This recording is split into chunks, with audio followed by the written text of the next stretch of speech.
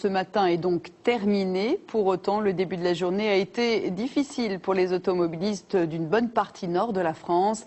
La neige a surpris beaucoup de monde à l'heure des départs au bureau. Florence Trintignac. À quelques jours de Noël, cette neige ne fait pas le bonheur des commerçants. Fréquentation en baisse dans les magasins, difficultés d'approvisionnement à cause de l'immobilisation des camions. Les délais de livraison des commandes Internet risquent bien de s'allonger. Laurence Ragon, Loïc Wex.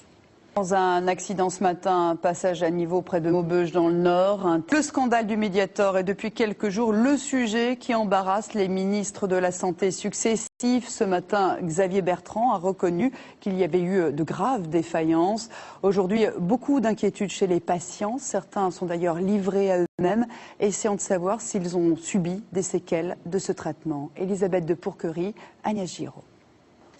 La chasse aux arrêts de travail abusifs, c'est l'enquête du 19-20. On connaissait les contrôles effectués par la sécurité sociale.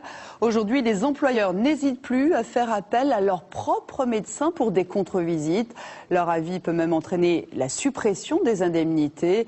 Un contrôle patronal qui fait débat au sein du monde médical. Julien Gasparuto, Mathieu d'Ivoire, Laurent Gbagbo, un peu plus isolé ce soir. Le président sortant et son entourage sont privés de visa pour l'Union européenne. La suite du bras de fer entre l'ONU et le clan Gbagbo, un bras de fer qui se ressent sur le terrain, comme nous le montre ce reportage de nos envoyés spéciaux, Jean-Yves Serrand, Joy Benergy.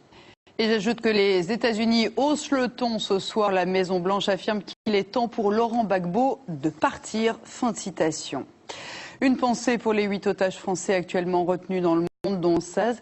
Dans ce document, nos deux confrères s'adressent à leurs parents et aussi à Béatrice, la compagne d'Hervé.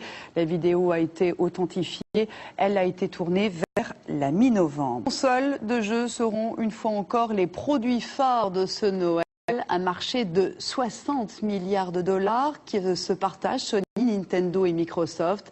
Et dans cette bataille des consoles, eh bien, le nerf de la guerre, c'est l'interactivité. Anne-Charline Lambert, Olivier Palomino.